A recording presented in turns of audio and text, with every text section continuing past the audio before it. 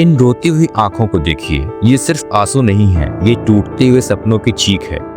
हर साल लाखों बच्चे मेहनत करते हैं, 15-15 घंटे पढ़ाई करते हैं, सालों तक कोचिंग में पैसा झोंकते हैं, लेकिन जब पेपर ही बिक जाए तो मेहनत किस काम की?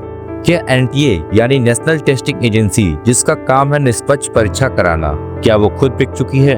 आज मैं आपको नीट एग्जाम के स्कैम के पीछे की सच्चाई दिखाने वाला हूँ, पूरे सबूतों के साथ। वो सच्चाई जिसे कई बड़े मीडिया हाउस आपसे छिपा रहे हैं। सबसे पहले बात करते हैं इस घोटाले की शुरुआत की, यानी नीट परीक्षा 2024 के टाइमलाइन की। 5 मई 2024 वो दिन जब 24 लाख से ज्यादा स्टूडेंट्स ने नीट यूजी की परीक्षा दी। सबने उम्मीद की थी कि इस बार एग्जाम बिल्कुल फेयर होगा, लेकिन ठीक अगले ही दिन यानी 6 मई को पटना में एक एफआईआर फाइल होती है। उसमें आरोप ये था कि नीट का पेपर 32 लाख रुपए में बिक चुका था और इसमें 2 नाम सामने आते हैं, सकलदीप और मेधांग। इसके बाद 9 मई को गुजरात के गोधरा से एक और खबर आती है। वहाँ के एक एग्जामिनेशन सेंटर से पेपर की फोटो वायरल हो रही होती है, वो भी एग्जाम के ठीक बीच में। और फिर आता है 4 जून, जहाँ एनटीए एक चौंकाने वाला फैसला लेता है, जिसमें 1563 छात्रों को ग्रेस मार्क दिए जाते हैं। लेकिन असली बवाल तब हुआ जब ये सामने आया कि टॉप स्कोर करने वाले छात्र एक ही सेंटर से थे और सबको 720 में से 720 नंबर मिले थे। अब बात करते हैं उन आंकड़ों की जो इस घोटाले को सिर्फ एक अफवाह नहीं बल्कि सच्चाई साबित करते हैं। सबसे बड़ा खुलासा आता है एक आरटीआई के जरिए। आरटीआई एक्टिविस्ट पंकज कुमार ने जब एनटीए से पिछले 5 सालों की रिपोर्ट मांगी तो पता चला कि साल 2018 से 2023 के बीच 63 बार अलग अलग एग्जाम्स के पेपर लीक हो चुके हैं, जिसमें सिर्फ नीट ही नहीं, जेई, यूजीसी नेट, एसएससी, हर बड़ी परीक्षा इस गंदे खेल का हिस्सा रही है। इस केस में नया मोड़ तब आया जब ये बात सामने आई कि एक ही सेंटर से 6 स्टूडेंट्स को पूरे 720 में से 720 नंबर मिले और इसके सफाई में एनटीए ने सिर्फ इतना कहा कि ये सिर्फ एक कोइंसिडेंस है। अब आप खुद सोचिए कि कोइंसिडेंस है या फिर स्क्रिप्टेड प्लानिंग। सुप्रीम कोर्ट ने 13 जून को बहुत ही कड़ा रुख अपनाया। अगर एनटीए खुद को सुधार नहीं पाया तो हम जांच किसी थर्ड पार्टी को सौंप देंगे। अब मैं आपसे एक सवाल पूछता हूँ, क्या ये सिर्फ एक गलती है? मेरे हिसाब से बिल्कुल नहीं, ये एक इंडस्ट्री है, लीक इंडस्ट्री। हर साल बच्चे मेहनत करते हैं, लेकिन उनके सपनों की कीमत लगा दी जाती है, जो अक्सर 32 लाख, 50 लाख या 1 करोड़ होते हैं। और इसके बदले में सरकार क्या करती है? बस ग्रेस मार्क देती है या फिर री एग्जाम कराने की धमकी देकर मामले को शांत कर देती है। लेकिन असली सवाल ये है कि ये लीक करने वाले सिस्टम में घुसे कैसे? इस बात को समझने के लिए हमें आरटीआई के इस डेटा को समझना होगा। इस आरटीआई के डेटा के अकॉर्डिंग ये लीक्स पूरे भारत में अलग अलग राज्यों में हुए हैं, जैसे बिहार, राजस्थान, उत्तर प्रदेश, महाराष्ट्र, झारखंड और असम। लेकिन एक बात सोचने वाली ये भी है कि बिना आरटीआई दाखिल किए ऐसे डेटा सामने क्यों नहीं आते? इसके पीछे भी कुछ रीजंस हैं। सरकार और एजेंसियां कई बार इस लीक को आइसोलेटेड चीटिंग केस बताकर इसे बड़ा मानने से इनकार कर देती हैं। कुछ मामलों में जांच अधूरी रहती है, अरेस्ट तो होते हैं लेकिन मेन नेटवर्क तक पहुंचना मुश्किल होता है।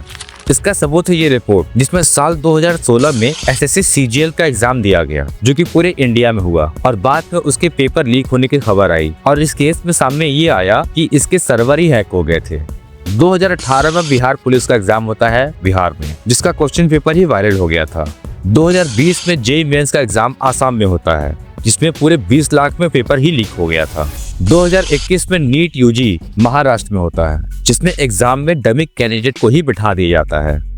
2022 में रीट का एग्जाम होता है राजस्थान में, जिसमें पूरा पेपर ही वायरल हो जाता है। 2023 में नीट यूजी का एग्जाम बिहार और झारखंड में होता है और इसका पेपर लीक होने के बाद इसमें अरेस्ट और कन्फेशन भी हो चुका है। 2024 में नीट यूजी का एग्जाम बिहार में होता है और इसका भी पेपर लीक होने के बाद कोर्ट में ये साबित होता है कि वाकई में ये पेपर लीक हुए हैं। और ये साबित कैसे हुआ? एक आरटीआई के एविडेंस के जरिए। इस आरटीआई से हमें क्या समझ में आता है कि सिर्फ नीट ही नहीं बल्कि पूरे भारत में हर साल लगभग 7 से 8 मेजर पेपर लीक इंसिडेंट होते आए हैं। और इससे ये बात हमें समझ में आ गई होगी कि आखिर ये लोग सिस्टम में घुसते कैसे हैं, और इसका आंसर है पैसा और पॉलिटिकल प्रोटेक्शन। जब तक शिक्षा को एक बिजनेस की तरह चलाया जाएगा तब तक ये गंदगी खत्म नहीं होगी। अब बात करते हैं इसके सॉल्यूशन की, क्योंकि सिर्फ रोने से काम नहीं चलने वाला बल्कि लड़ने से ही चीजें बदलेंगी। लेकिन उससे पहले हमें ये भी देखना चाहिए कि बाकी देशों में होने वाले एग्जाम किस तरह होते हैं। अब बात करते हैं अमेरिका की, जहाँ पे ETS यानी एजुकेशनल टेस्टिंग सर्विस जैसी एजेंसीज हर स्टूडेंट का बायोमेट्रिक वेरिफिकेशन करती है। एग्जाम हॉल के अंदर फिंगरप्रिंट और रेटिना स्कैन मैंडेटरी होता है। यूके में हर एक एग्जाम सीबीटी यानी कंप्यूटर बेस्ड टेस्ट में होती है, जिसमें हर एक सिस्टम में आर्टिफिशियल इंटेलिजेंस से बना हुआ फायरवॉल लगा होता है। अब कुछ लोग ये भी कहते हैं कि सीबीटी सेफ नहीं होता। बिल्कुल, मैं उनकी बात से सहमत हूँ, लेकिन चीटिंग लाइव सिस्टम हैकिंग से होती है। मतलब रिमोट एक्सेस टूल से सवाल को सॉल्व करवाए जाते हैं या फिर कैमरे को बंद कर दिया जाता है और प्रॉक्टर को बाईपास भी किया जाता है। अब बात करते हैं हमारे पड़ोसी देश चाइना की। चीन दुनिया का सबसे बड़ा एग्जाम पॉपुलेशन वाला देश है। वहाँ गाँव को एग्जाम होता है, जहाँ पर हर सेंटर पर RF सिग्नल जैमर लगे होते हैं, कैमरा ट्रैकिंग होती है, AI फेस डिटेक्शन का इस्तेमाल होता है और कोई भी फोन या डिवाइस एग्जाम एरिया के 100 मीटर के अंदर तक अलाउड नहीं होते। तो भाई सवाल ये नहीं कि चीटिंग को रोक सकते हैं या नहीं, बल्कि सवाल ये है कि हम रोकना चाहते हैं या नहीं। अब इसके लिए कुछ सॉल्यूशन भी हैं, जैसे बायोमेट्रिक वेरिफिकेशन, जो कि हर एक स्टूडेंट का एंट्री से पहले और एग्जाम सबमिट करने के वक्त भी होना चाहिए, जो कि कुछ एग्जाम में ऐसा होता भी है लेकिन सारे में नहीं। AI powered monitoring, physical CCTV surveillance हर सेंटर के लिए मैंडेटरी होना चाहिए और फुटेज को 1 साल तक सेफ रखना चाहिए। Question paper randomisation plus digital water marking, जिससे हर स्टूडेंट को अलग पेपर कोड और सीक्वेंस मिले। अगर लीक हो तो ये तुरंत मालूम चले कि ये कहाँ से हुआ है। Third party Swiss audit system, जैसे जांच सिस्टम जैसे इसरो में होता है, वैसे ही एग्जाम में भी एक्सटर्नल डेटा ऑडिट होना चाहिए। विसिल ब्लोअर रिवॉर्ड प्रोग्राम, जो भी अंदर की जानकारी देगा उसे सरकार को रिवॉर्ड और सेफ्टी प्रोवाइड करना चाहिए। जिस जगह पे पेपर के क्वेश्चन सेट किए जाते हैं उस जगह पर डिजिटल डिवाइसेस का ले जाना ही बैन कर देना चाहिए या फिर उन्हें सील करके जमा करा देना चाहिए, ताकि क्वेश्चन पेपर लीक ना हो सके।